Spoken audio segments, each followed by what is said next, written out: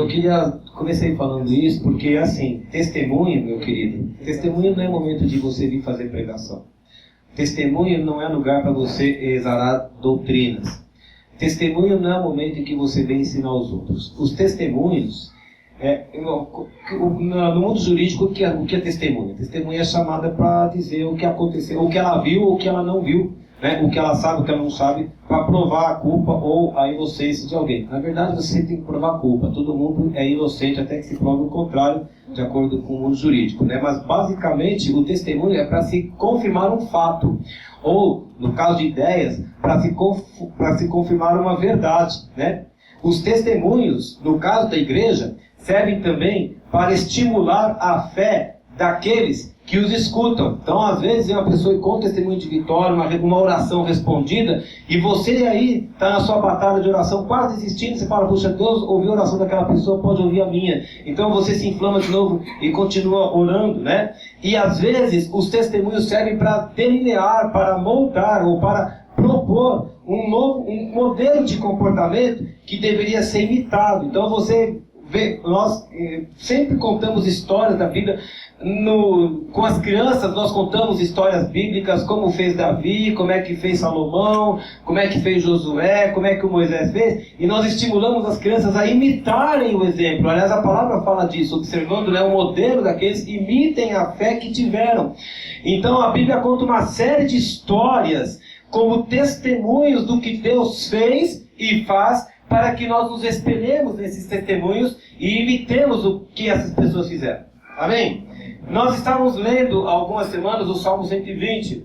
Desculpe voltar a tecla sempre do Salmo 120. Qualquer mundo de Salmo.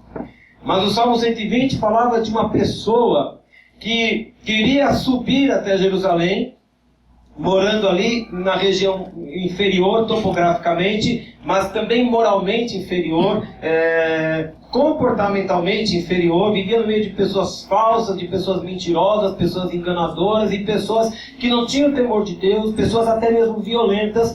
E o salmista decide abandonar aquele lugar e fazer uma corrida de ascensão rumo à presença de Deus, que era em Jerusalém. Era realmente o lugar mais elevado, topograficamente falando, mas era uma situação espiritual elevada também. A conversão é isso. É o momento em que a gente desiste, em que a gente reconhece que está vivendo numa situação inferior e a gente decide subir até a presença de Deus. Nesse processo de abandono, nós sempre somos levados a pensar em função de perdas e ganhos.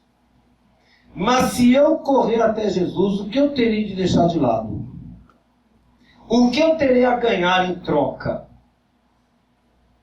E se você vai negociar um automóvel, se você vai negociar uma casa, se você vai trocar de emprego, né? Se você vai escolher uma universidade aqui ou uma faculdade acolá, a gente pensa em todas essas coisas. O que eu tenho a ganhar, o que eu tenho a perder. A gente não faz isso? E muitas vezes, nesse momento de escolha, de abandonar um sistema de vida para um outro mais elevado, a gente também pergunta, será que eu estou fazendo a decisão certa? Será que eu estou ganhando mais? Será que eu estou perdendo muito, deixando algumas coisas? E aí eu fico pensando, quando Deus se apresentou a Abraão, porque nós contamos que na história de Israel houve dois momentos-chave, né, em que eles fizeram esse tipo de mudança. E o primeiro foi exatamente com Abraão. Deus diz para Abraão, sai da tua terra, sai da tua parentela, da casa do teu pai, e vai para uma terra que eu vou te mostrar. Ali eu vou te abençoar, vou te engrandecer o nome, e você será pai de numerosas nações. Qualquer pessoa que perguntasse para Abraão, você tem certeza do que você está fazendo? Para onde você vai? Não sei. Vou para um lugar que Deus vai mostrar. Você é maluco, cara? O que você está fazendo? Tem aqui a família do seu pai, tem, sei lá, a herança toda, está todo mundo aqui. Você vai largar tudo pelo desconhecido? Mas a palavra de Deus fala que Abraão tinha os olhos na cidade que ninguém conhecia ainda. Lá em Hebreus ele fala que os olhos dele estavam em outra cidade, em outra terra. Não era aquela terra que ele ia percorrer, né? Será que Abraão fez a escolha certa? Bom, hoje, conhecendo a história, tendo o registro bíblico, nós sabemos que ele fez a escolha certa. Mas põe-se no lugar de Abraão naquele momento. Será que ele sabia o que ele estava fazendo? Né? Então, hoje, eu gostaria de propor 2 testemunhos. E eu quero falar bem rápido, porque a gente veio fazer um culto com a Assembleia, né? E já fizemos outras partes aqui, mas eu quero ir aos finalmente hoje. Hoje eu gostaria de trazer 2 testemunhos bíblicos, né? E vamos ver então quais são as escolhas dessas pessoas e quais foram os resultados dessas escolhas na vida delas. Porque hoje Jesus quer nos dizer assim: você fez escolhas. Quando você optou por seguir Jesus, você fez escolhas. Você decidiu abrir mão de alguma coisa, você decidiu correr atrás de outra. E talvez você tenha se perguntado: será que eu fiz a coisa certa? Valeu a pena? E eu queria então, nós estamos aí em Josué capítulo 2, né? Eu não vou ler as passagens, mas você pode acompanhar. Eu quero falar sobre Raabe.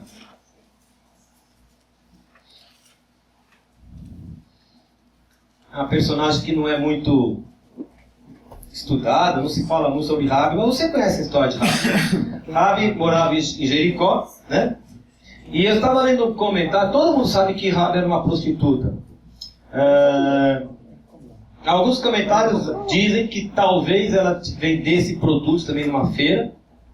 E algumas pessoas acham que talvez ela tivesse uma pousada, porque a casa dela era construída na muralha, tinha janela para muralha e tudo bem. Mas um outro comentário que eu li muito pertinente fala que ela provavelmente era uma prostituta cultual. Era uma sacerdotisa. E naquela época era muito comum as mulheres se prostituírem nos rituais dos seus deuses, na sua adoração. Fazia parte do envolvimento espiritual a prostituição, né? Então provavelmente era uma prostituta cultual, né? E ela tinha a casa dela construída ali na muralha da cidade. Você sabe que ela acolheu 2 espias de Israel que Josué havia enviado para lá.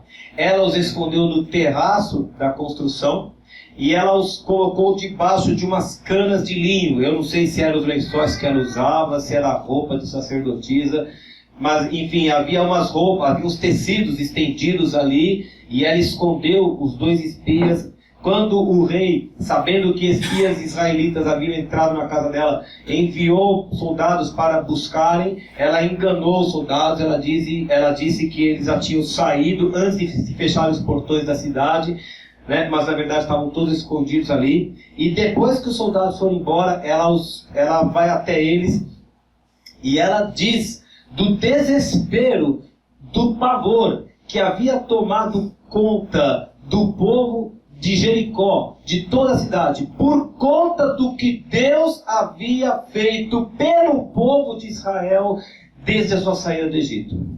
Então eu estou lá no versículo 8. Antes que os espias se deitassem, foi ela ter com eles ao eirado e lhes disse: bem sei que o Senhor vos deu esta terra, e que o pavor que... Gente, pavor. Alguém aqui já sentiu pavor? Pavor, assim, a gente tem medo. Mas alguém aqui já sentiu pavor? Eu não sei se eu já senti pavor. Eu já senti muito medo. Eu não sei se eu já senti pavor. Mas eu não sei se o que eu senti era pavor. Mas enfim, eles estavam apavorados. O pavor que infundis caiu sobre nós, e que todos os moradores da terra estão desmaiados. Não havia mais ânimo no povo para defender Jericó. Porque temos ouvido que o Senhor secou as águas do Mar Vermelho diante de vós quando saías do Egito, e também o que fizestes aos 2 reis dos amorreus, Seom e Og, que estavam além do Jordão, os quais destruístes. Ouvindo isso, desmaiou-nos o coração, e em ninguém mais há ânimo algum, por causa da vossa presença. E aí, ela faz uma declaração que muda a vida dessa mulher. Veja o final do versículo 11. Porque o Senhor, vosso Deus, Senhor é Jeová, tá bom? O Senhor, vosso Deus, é Deus em cima nos céus e Deus embaixo na terra.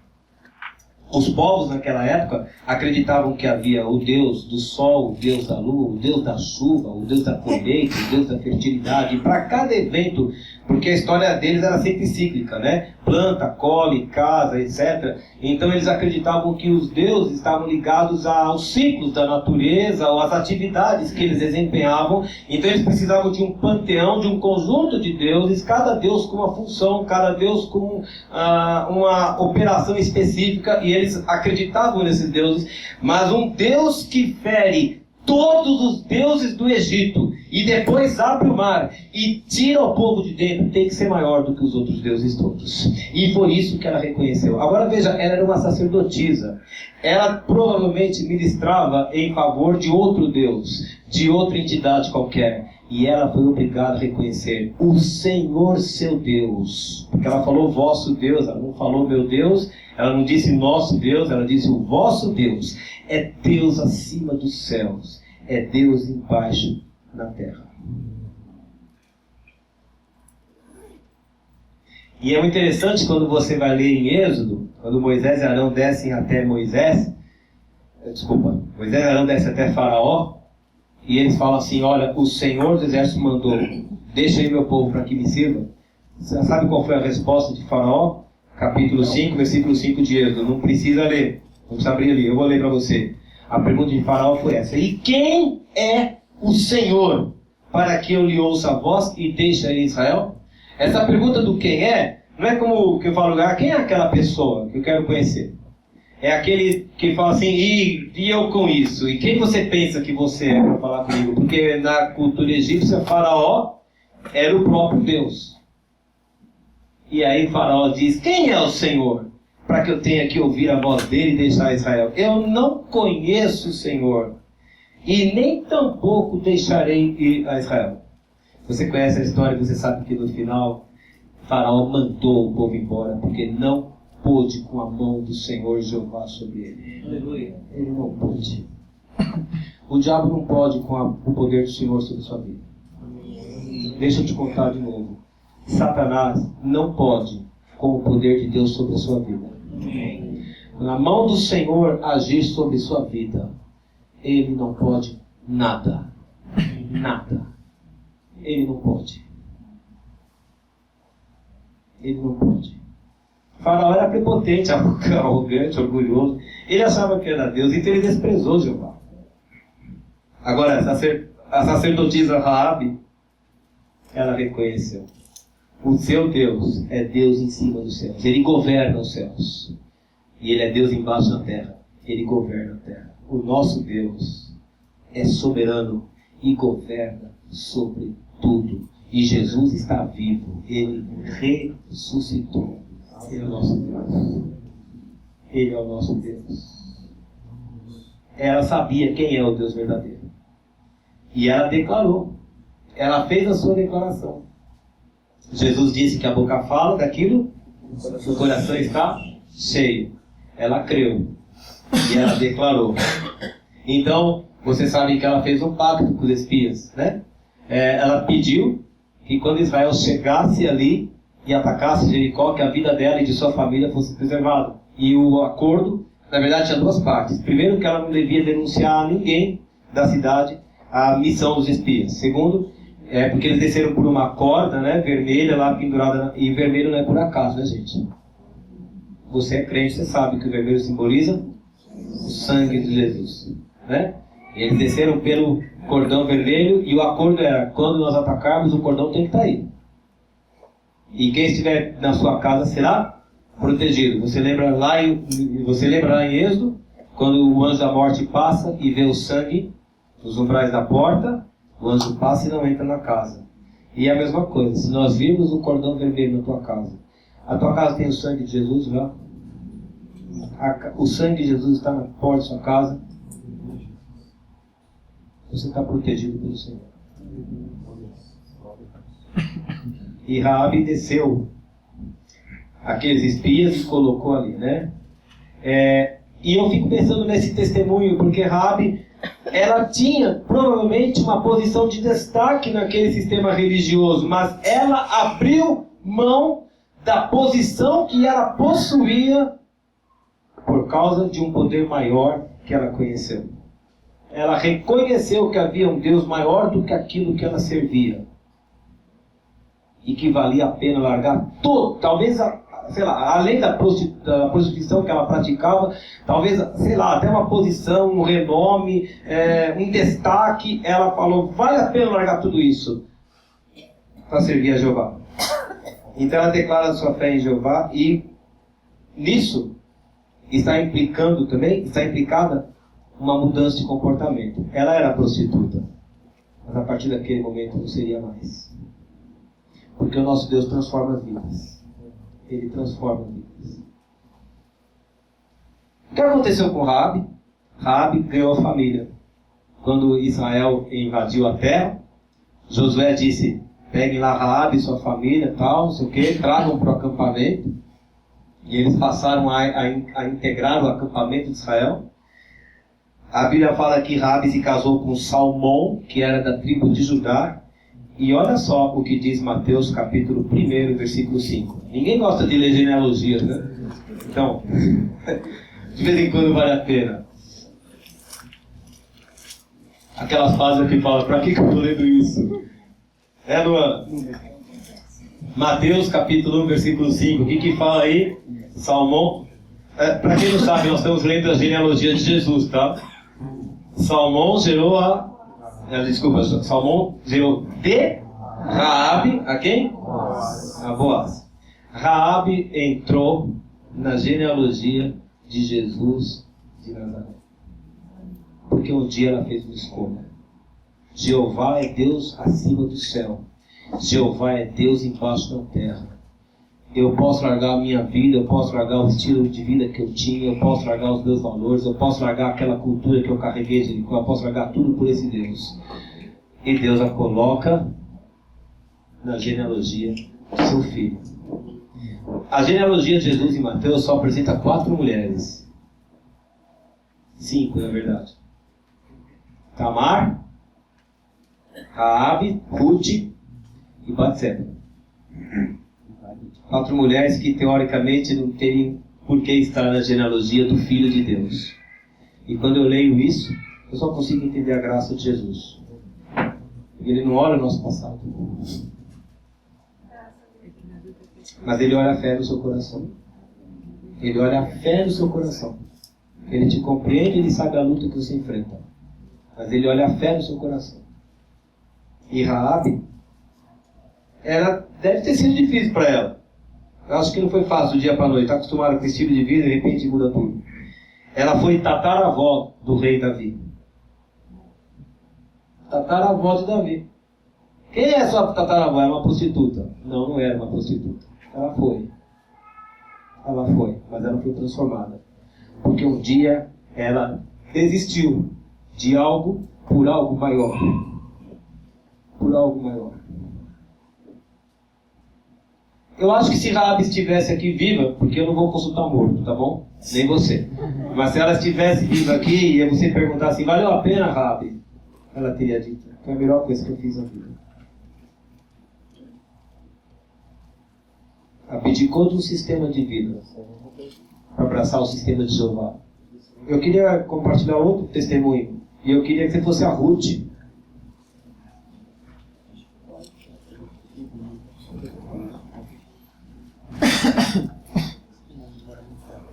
Você conhece a história de Ruth também?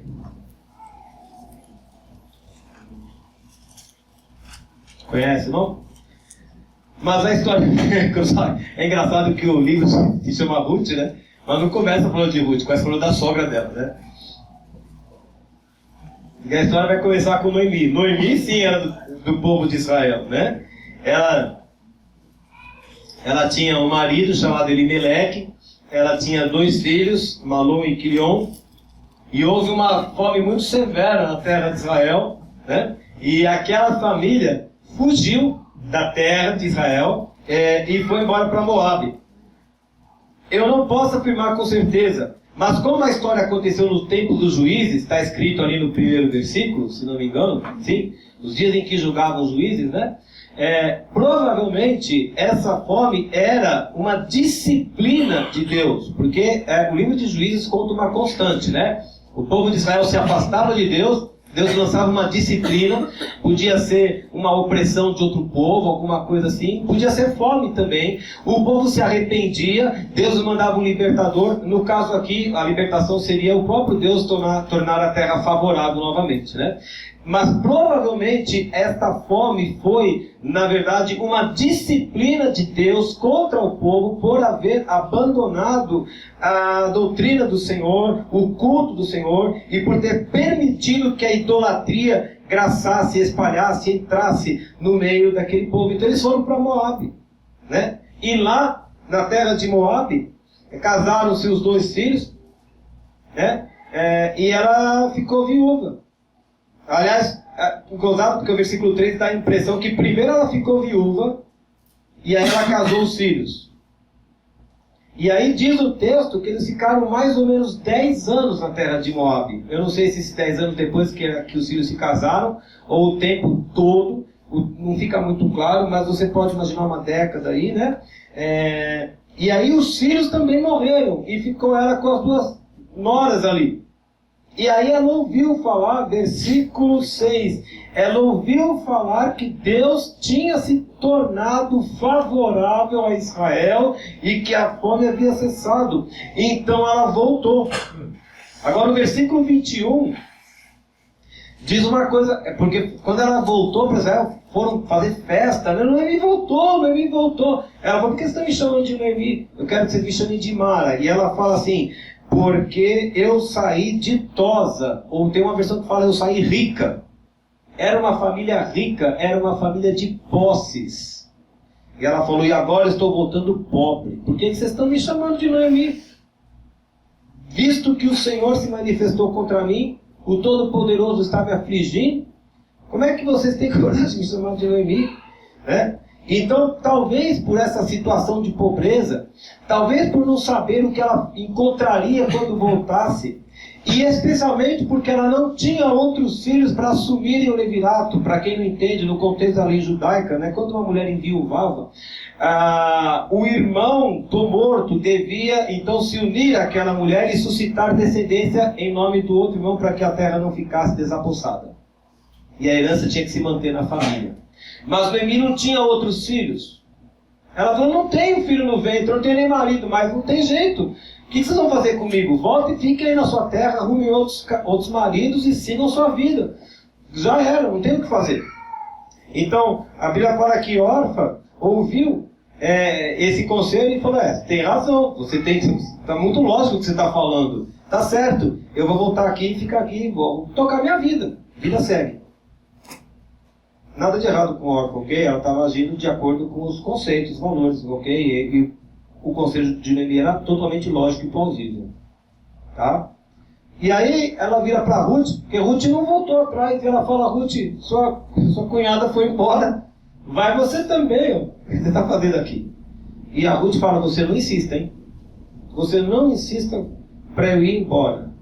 E aí no versículo 16 ela faz uma declaração surreal. Aonde quer que fores, irei eu. E onde quer que pousares, ali pousarei eu. Até aí estava bom. Mas aí vem o melhor.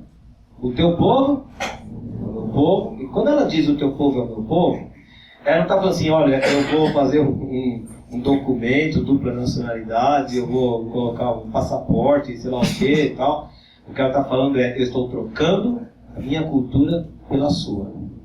Eu estou trocando os meus valores pelos seus. Eu estou trocando. Ela está falando de substituição. O teu povo é o meu povo. O teu Deus é o meu Deus. Eu acho incrível, mas eu sempre achei incrível essa história. Mas eu estava pensando que é mais incrível do que eu pensava. Porque de que Deus ela estava falando? Imagine Ruth, né, em Moabe, ela viu uma família de judeus mudando para lá. De onde vocês vieram? Nós viemos de Israel. Por quê? Porque lá bateu a fome, porque o povo abandonou o Senhor e o Senhor fez vir a fome. O que ela podia pensar desse Deus? Vamos lá. Coloque-se no lugar de Ruth. O que ela podia pensar desse Deus? Deus vingativo, Deus arbitrário. Esse eu não quero para mim, não. Deus rancoroso, né? Porque é assim que a gente fala hoje, quando Deus disciplina, fala, nossa, se o pai disciplina, se você não... porque nós vemos esse contexto, né? Que a pessoa pode passar e tudo bem, não acontece nada. E se acontecer, então está errado porque aconteceu. Ela podia ter pensado assim, esse Deus é muito irado. Aí ela pensa assim, a sua família veio rica, está voltando pobre, com a mão na frente e outra atrás. Que Deus é esse? Que faz pesar a mão sobre a família e destrói o destino dessas famílias? Eu não quero esse Deus para mim, não. Ela podia ter pensado isso. Mas ela também conheceu um outro Deus. Que passa um tempo em Israel, ela vai falar, Deus restaurou a sorte, a terra voltou a brotar, acabou a fome, o povo voltou a prosperar lá. Aí ela entende que Deus exerce sim disciplina, mas Deus muda histórias. E ela fala, eu quero esse Deus.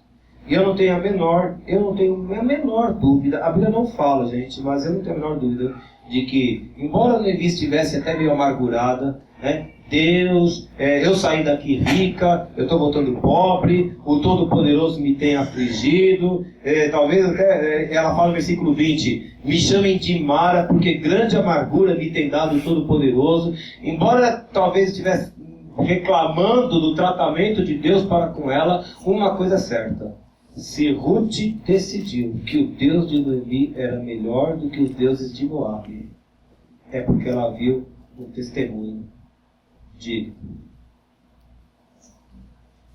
Eu não tenho a menor dúvida de que o testemunho de Noemi foi fundamental na postura de Ruth. Um dia Ruth fala, eu não quero mais esse povo, eu não quero mais essa cultura, eu quero o seu povo, eu quero a sua cultura e mais, eu não quero os meus deuses, eu quero o teu Deus. Você conhece a história de Ruth? Né? Ruth chega com Noemi em Israel, vão lá para a cidade deles lá, e aí então ela cai nas graças de Boaz, parente de Noemi e resgatador, né? E Boaz era filho de Raabe. Eu acho essas coisas incríveis, porque a Bíblia fala assim, que o Deus, como é que fala em Coríntios? O versículo está descendo agora, então eu não vou saber decor, né? A Bíblia fala em Coríntios, 2 Coríntios, que Deus, o Deus da consolação, Ele nos trata para que um dia possamos consolar os outros com a mesma consolação que temos recebido. Então muitas vezes nós passamos por situações na nossa vida que nós não compreendemos por que aconteceu, por que foi assim, eu não sei.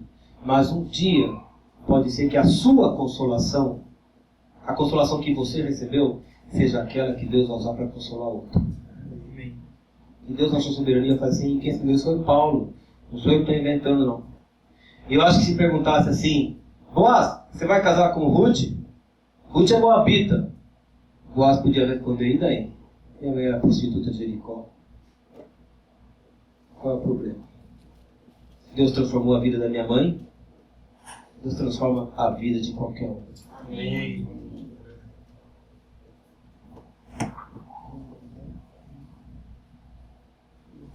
Porque Boaz sabia que Deus olha para o estrangeiro. O povo de Israel não entendia que Deus era capaz de olhar para esse estrangeiro ainda. Mas Deus sempre olhou para o estrangeiro. E independente, escute isso aqui, independente da origem da pessoa, independente do passado, Deus é suficiente e poderoso para transformar a vida de quem quer que seja. Aleluia. Aleluia. E se você voltar para Mateus capítulo 1, versículo 5, Ruth está lá na lista também. Ruth está lá naquela lista. Salmão gerou de Raabe a Boaz. Este, de Ruth, gerou Obed. Obed a Jessé. Jessé gerou ao rei Davi. Eu volto terminando, que eu falei que eu só queria fazer a meditação hoje. Se nós pudéssemos perguntar para elas, para Raabe e para Ruth, naquele momento, né? se estivéssemos ali lado a lado e dissesse, Rabi, você tem certeza? Você vai embora com esse monte de gente aí que mora em tenda? Eu vou. Você tem certeza que está fazendo? Talvez não tivesse. Talvez tivesse. Ruth, você tem certeza?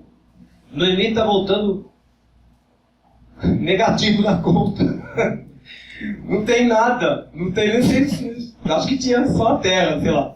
Noemi está voltando para casa. Não tem nada, nada. Você tem certeza, Ruth? Você vai voltar com ela?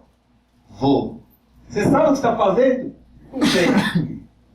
Mas se hoje elas estivessem vivas no nosso meio, se hoje elas estivessem aqui sentadas, se nós pudéssemos lhes perguntar, aquela decisão que você tomou lá atrás, elas teriam dito com certeza, foi a melhor decisão das nossas vidas. Eu trouxe 2 testemunhos. Porque se você quer alcançar as coisas mais altas de Deus, você vai ter que estar disposto a largar as coisas mais baixas da terra.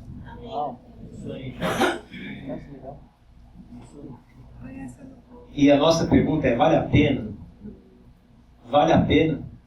Porque nós pensamos sempre isso, mas eu vou ter que mudar minha agenda, mas eu vou ter que mudar não sei o quê, mas eu vou ter que mudar minhas amizades, mas eu vou ter que... Meu querido, pergunte para Rabi, pergunte para Ruth, se valeu a pena. Pergunte a elas. Pergunte a Abraão se valeu a pena. Pergunte. Vai mudar, né? Pergunte a eles. Toda vida, se você quer chegar a lugares mais altos, você vai ter que dizer não para coisas mais baixas. E eu não estou falando coisas erradas. É porque se a gente está subindo, o que ficou para baixo. Amém. Eu não estou falando do seu pecado. O pecado nós temos que largar mesmo.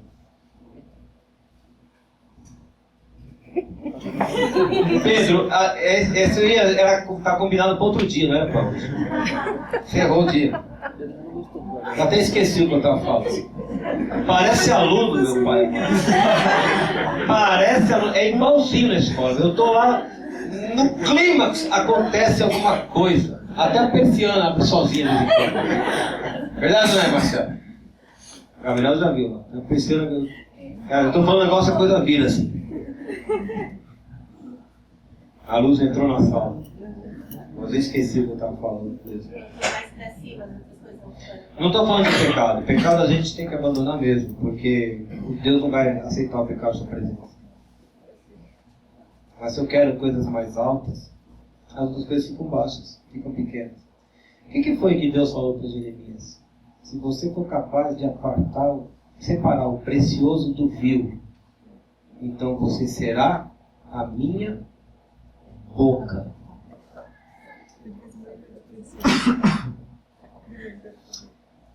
Paulo faz uma oração, eu vou terminar com esse versículo. Eu queria dizer também que hoje, antes de ir para cá, eu tive um acidente com o meu dedo também. Eu estou com tudo doendo aqui, mas Jesus me ajudou a conseguir tocar e não deu nada. Agora a Bíblia quase que me quebrou tudo. Em Filipenses, capítulo 1, versículo 9, olha a oração que Paulo... Eu vou terminar com esse versículo. Olha a oração que Paulo faz aqui. Eu faço essa oração. Que o vosso amor aumente mais e mais em pleno conhecimento e toda percepção. Com a finalidade. Qual é a finalidade? Versículo 10. Para aprovardes as coisas. Você sabia que existem coisas boas, mas existem coisas excelentes. Mateus, existem coisas boas, mas existem as excelentes. E às vezes a gente se contenta com as boas. Mas a oração de Paulo é que eles provassem das coisas excelentes. Mas eu não vou conseguir provar das coisas excelentes enquanto eu continuar curtindo o normal. Não que seja errado, mas o normal. Mas a oração de Paulo é que a gente chegue ao excelente. Amém. A gente chega ao excelente. Então eu vim trazer essa palavra hoje aqui para você. Deus tem criado um tempo novo em nossas vidas. Deus tem mudado as nossas histórias.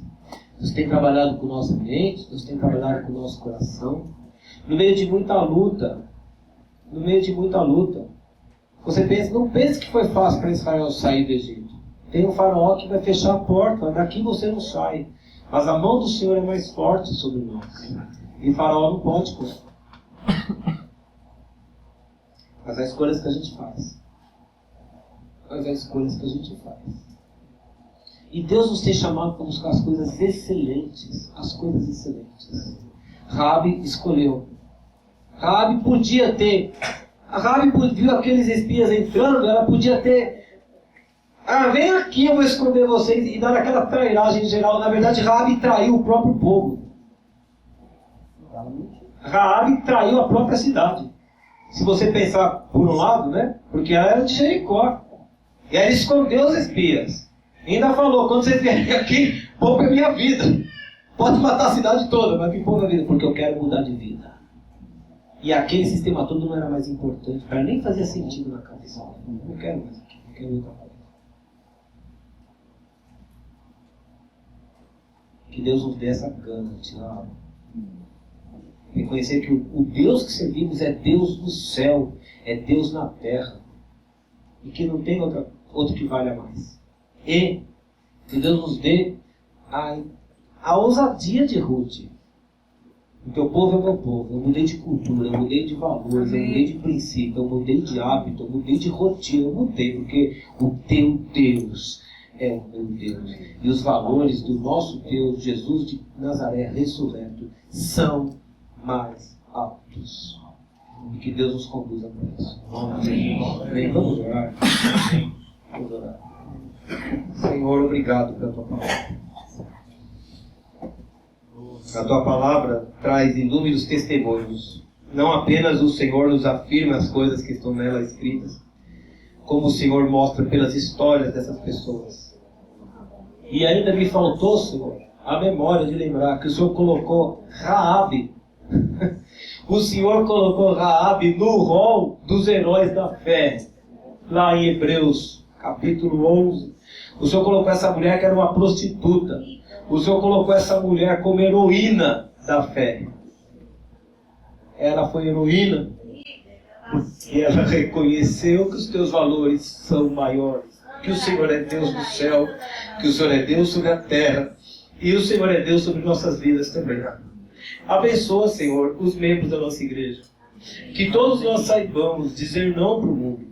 Dizer não para os valores desse lugar, porque a tua palavra fala que esse lugar está nas mãos de Satanás e esse lugar será destruído. Mas nós vamos para uma terra lá em cima, nós vamos para uma terra maior. O Senhor nos chama para um lugar maior e mais alto. Pai, em nome de Jesus, ajuda-nos a fazermos as escolhas certas, ajuda-nos a ansiarmos pelo que é excelente, buscarmos o melhor. Seja conosco, Pai, em nome de Jesus nós pedimos. Espírito Santo, isso não está em nós, mas o Senhor pode fazer. Em nome de Jesus, faça assim, Senhor. Faça assim, Senhor. Faça assim em nós. Em nome de Jesus. Amém. Desculpe voltar, Abraão. Eu não posso deixar de falar no final. A Bíblia fala, Raabe estava aqui no texto e esqueci de falar. Raabe estava entre os heróis da fé.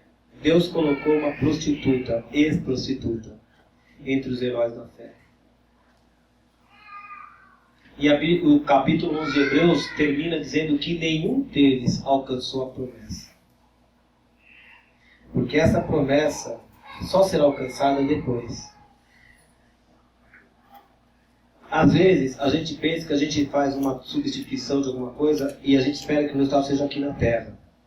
Abraão morreu e não viu a terra na posse da sua descendência. Porque não é aqui. Porque no momento em que você aceitou Jesus, você teve vida eterna. O seu corpo morre, mas a sua história não. E você vai colher os benefícios da sua escolha. Talvez não aqui. Mas você vai colher os benefícios da sua escolha.